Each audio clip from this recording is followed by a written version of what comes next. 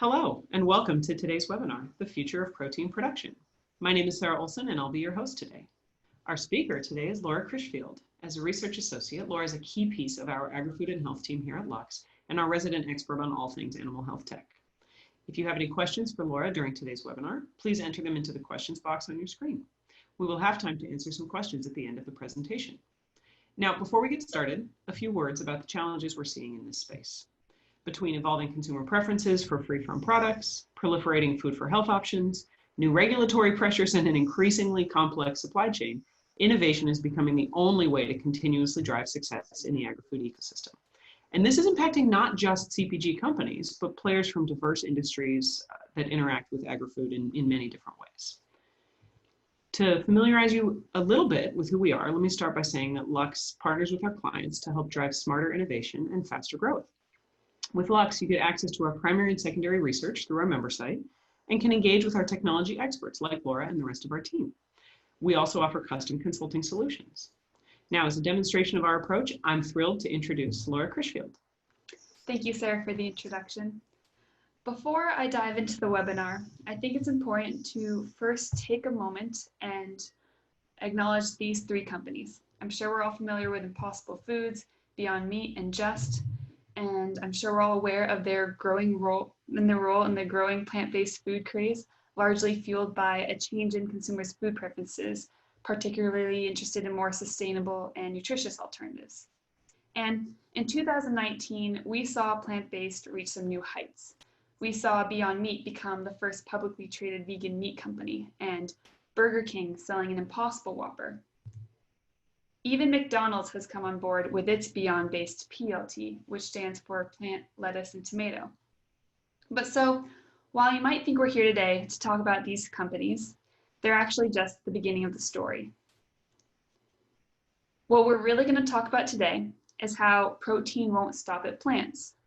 And I'm first going to explain why through looking towards 2050 to uncover the future socioeconomic and environmental challenges that will impact the future protein supply and demand. Next, I'll cover how there's going to be more ways than one to support an increase in demand, and outline the major obstacles developers are currently facing today. Lastly, we're going to look at recent moves by developers and industry players to identify how they can interact with this industry. So beginning with the year 2050, we're going to time travel and land at McDonald's. And what I want to know is McDonald's PLT still on the menu? Because there's going to be a lot that changes in 30 years. To name a few, there will be 10 billion mouths to feed. Unless we see people consuming less food, this alone is going to increase the demand for protein and put a pressure on food supply. We're also going to see this population will have greater preferences for meat and seafood based on an increase in economic class. And to top that off, we will see growth in urbanization, which will impact food availability and accessibility. With highly condensed populations comes longer supply chains that are more vulnerable to food shocks. And to that point, what even will be growing? Because projections made by the FAO suggest that land availability will plateau. So farmers will need to increase food production by 70%, but with only 5% land increase, meaning there's a growing scarcity of resources for producing the conventional protein sources that we rely on today. So in all, we're going to need to feed 10 billion people who crave meat and fish, yet there won't be enough land or feed ingredients to support production. So what I want to get here is that while today's P in PLT stands for plant, it really should stand for protein, because plants won't be enough. To navigate future challenges, we can't just rely on one source. And there is, fortunately, many others that are currently in development to support the growing demand. Among plants and animal-based proteins, we have the production of insects, algae, single-cell proteins, and cell-based meats underway. But of course, developers need to scale up and reach the market. So in this next section, I'm going to do three things. I'm going to first define a couple of these protein sources.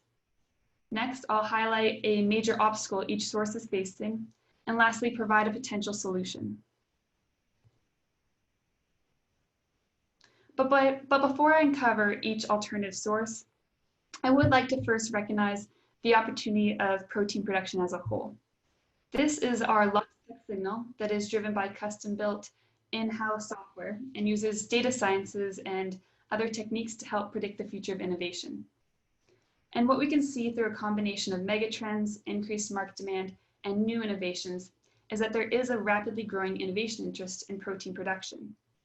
However, approaching this market may be difficult without any insight,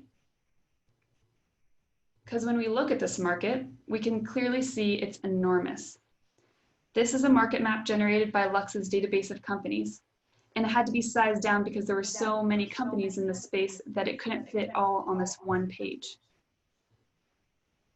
So with the time that I have today, I'm only going to proactively talk about these 3 protein sources that we've seen generating high innovation momentum. To start, insect production is rapidly growing. Black soldier fly and mealworm larvae are great sustainable feed ingredients, while cricket protein is recognized for food applications.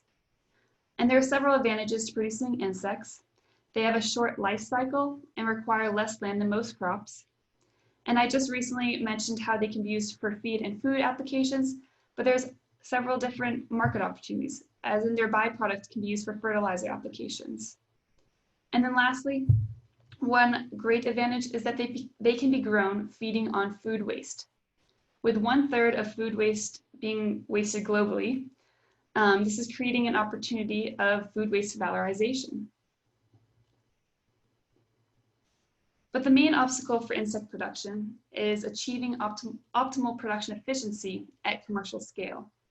And we see there being 2 potential solutions here, and that's automation and advanced breeding. So with automation, producers are able to manage incoming waste more efficiently and achieve optimal growing conditions, even with climate conditions. With advanced breeding, this will be able to support the insect biomass conversion through the insect strain itself. So my overall take here is that large-scale production will be automated. It will also rely on a high insect feeding efficiency that will be met through leveraging genetics. And a company who is using both is actually Agra Protein, and they are one of the leaders in commercial scale production of the black soldier fly larvae. And what they've done is designed the blueprints for a Generation 1 facility that, while using automation, it intakes a certain amount of waste to produce up to 5,000 metric tons of protein each year. And it also is developing its own strain of black soldier fly through selective breeding. So now let's look at a protein source that you may be more familiar with, and that's single-cell proteins, which are typically dried cells of microbes, including bacteria or yeast. And they've also been considered a strong candidate for replacing fish meal. But the 2 major advantages I'd like to hone in on today are that they are extremely fast-growing and that natural gas can be used as the primary input. So again, here's an opportunity to use methane as a means of reducing greenhouse gas emissions. However, their main obstacle is that they require a close proximity to their gas inputs. So some developers are relying on hydrogen as a system's energy source, which is often their most expensive input. So what we see as a solution is the support from aligning industries, particularly in the energy industry. So my overall take here is that single-cell protein production may be more of an upfront cost. It will require close proximity to its gas inputs, but it's also scalable once developers are capable of identifying a reliable feedstock. And a developer I want to look at today is Novo Nutrients, who is using carbon dioxide as their primary input. And they're working on a couple of projects. One includes working with NREL to optimize its gas fermentation technology. Novo Nutrients is also developing an expression model for engineered microbes to improve nutrient efficiency. But while Novo Nutrients today is currently at pilot scale, it's already anticipating its full-scale capacity to be up to 100,000 metric tons of protein per year. And the last alternative protein source I'd like to look at today is cell-based meat, also referred to as culture meat or cellular agriculture. And it's produced by animal cell cultures. And it's important for two main reasons. It can remove the step of animal slaughter and use significantly less land than producing animal-based meats. So again, a low environmental impact.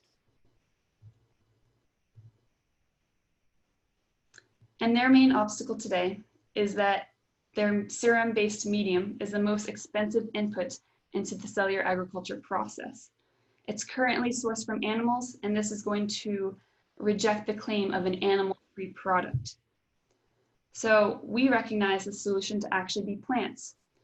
And using alternatives to animal serum, developers who are using alternatives will win half the battle, and they'll be able to scale and overcome consumer hurdles.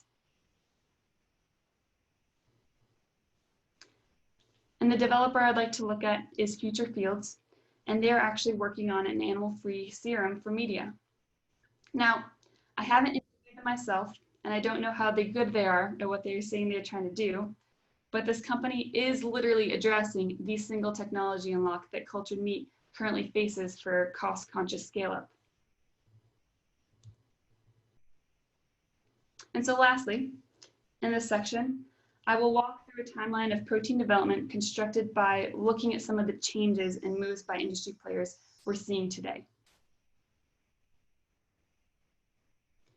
In this next decade, we are confident that regulations in the EU will change and authorize insects as a protein source for poultry and swine. This will drive insect production. We will also see the first products containing both plant and cell-based protein, and they'll enter the market. Overall, the momentum behind plant-based will continue from previous years and drive growth for second-generation proteins like peas, chickpeas, canola, and oats. And when looking at the main strategy by industry players today, we're seeing large multinational corporations are moving beyond just making the minority investments into plant-based startups through venturing, particularly in second-generation plant proteins. So we saw Cargill's latest investment into its joint venture with Purus, who is a pea protein producer. It was 3 times the size as its initial investment. We're also seeing Burcon is scaling up its pea and canola production. Now in the year 2030, aquaculture is going to be a big deal. And I previously talked about how insect protein is a great replacement for fish meal. So this is the decade that we see the expansion of insect production to be persistent and be reaching a better efficiency in scaled production. And this is especially through the support we're seeing by governments and through partnerships. So Yinsect, who is an insect producer, received a $22 million grant from the European Commission after announcing plans to construct its first commercial scale facility. We also saw Prodix recently opened its largest processing plant with help from engineering giant Buehler. Now, in 2040, we'll be reaching critical states of greenhouse gas emissions, and this will promote incentives for industrial facilities to collaborate with single-cell protein developers on accessing inputs. And here we're already seeing moves by companies establishing strategic partnerships around gas and power supply. We saw BP Ventures invested $30 million into Callista. Also, Novo Nutrients recently joined Chevron Ventures' Catalyst program. And now we've reached the year 2050, and the world population has reached 10 billion, and the protein demand has grown 30 to 50% since 2020. So this is when we expect cell-based meats may be reaching mainstream commercialization. And we recently saw that Memphis Meats raised a 161 million Series B round that they'll use to build a pilot production facility. And while there's no saying that Memphis will overcome current hurdles to achieve prosperity, this announcement does signal that development in cell-based foods is moving forward. So to circle back, we've covered most of these sources, their main obstacles, and the current storylines that we've seen today to uncover opportunities of how to get involved. And what we found is that the future PLT will be based on protein if you do these three things. First, it's not or, it's and, because the future of protein will be a diversified mix in order to support the increasing demand. Second, feedstock availability will be paramount. Why is that? Well, because the production systems of many novel protein sources rely on a close proximity to their inputs. For example, insects and food waste, or single-cell protein and hydrogen. And then lastly, follow the roadmap. Each source will reach a commercial scale at a different rate, and we know that not all of the current developers will succeed. So if you invest too early, you could face a giant loss, or if you invest late, you may risk being relegated to the role of a bulk ingredient buyer. Thank you. Thanks, Laura. That was an amazing time-traveling experience and a great overview of where the world of protein is headed. So we've had several questions that were coming in while you were presenting, so I'm going to get right to those. Just as a reminder for the audience, please enter any questions you have into the questions box on your screen. Okay, first one up here. Why didn't you talk about algae in the webinar? Isn't it a viable protein source?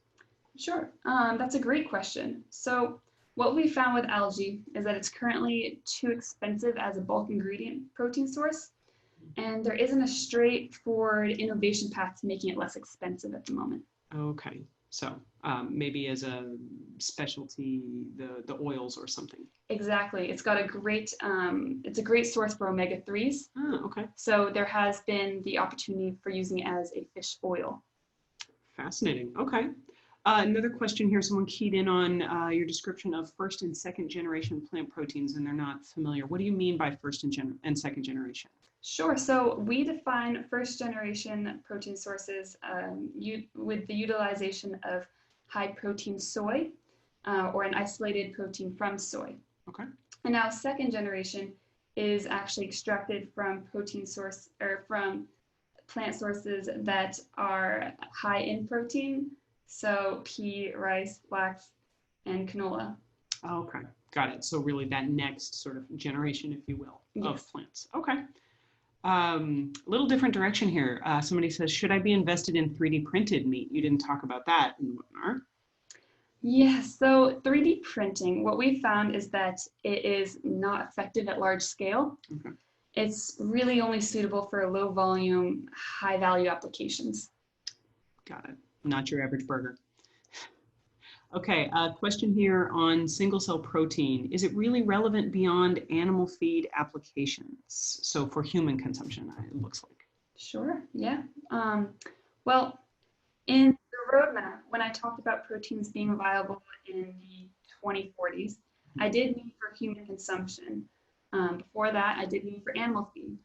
We kind of recognized that single cell protein isn't necessarily going to be relevant for human applications in the near term, but eventually with the growth of the protein demand, it will be seen in food applications as well. Okay. And it looks like some more interest here in single cell proteins.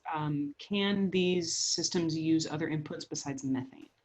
Yes, so they can use carbon dioxide, for example, Novo Nutrients, who I spoke about earlier. Okay. Fascinating. So it seems like essentially any gas-based carbon source, really. Yes. Okay, great. Question back here from early on. You mentioned urbanization, long supply chains, food shocks. Is there a specific protein source that would best address a big urbanization area like Singapore or Tokyo? That's a great question. So many of these protein sources are going to rely on their feedstock. And so for insects, if food waste is readily available, that would be great for these highly condensed populations or locations. But also cell-based, although it's farther down the roadmap, it will be attractive to cities once it gets there.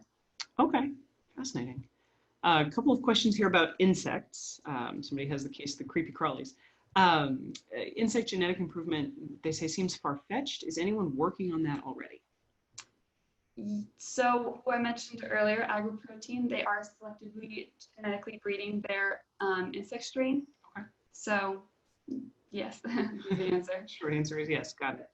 Um, Someone asks here, what is frass? That's not a term you mentioned specifically in the webinar, but obviously it's part of the insect world. Yeah, frass is actually the byproduct within insect production, and it can be used as a great fertilizer. Oh, okay. So an added value stream coming out. Okay.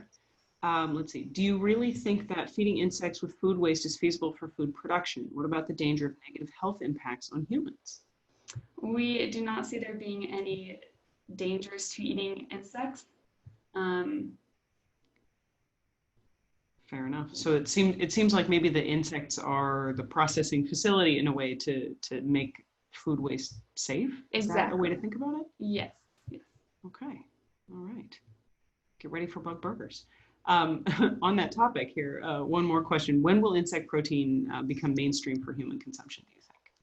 I think that insect protein becoming mainstream could be seen even in the next decade or so. I mean, I did recognize it being 2030 as the main decade of when we're going to be seeing it more reaching cost parity. Mm-hmm. But overall, production is rapidly growing and venture capital funding is increasing. Okay, fair enough. Looks like one more question here. Do you see any scenario where these alternatives will fully replace animal meat products? I do not. I think that in the future, our protein demand is going to be needing to use all of these. It is a diversified mix of alternative protein sources, and animal-based proteins will be included in that. Okay, wonderful. That's all the time we have today. If you have questions after this webinar about the content or about Lux, please email us directly at questions@luxresearchinc.com, and somebody will get back to you. If you did submit a question that we didn't have time for, we'll reach out to you shortly. You can also follow us on LinkedIn and Twitter, or follow our blog at luxresearchinc.com for ongoing information and insights. Thank you for your attention. Thanks again to our presenter, Laura, and have a great day, everyone.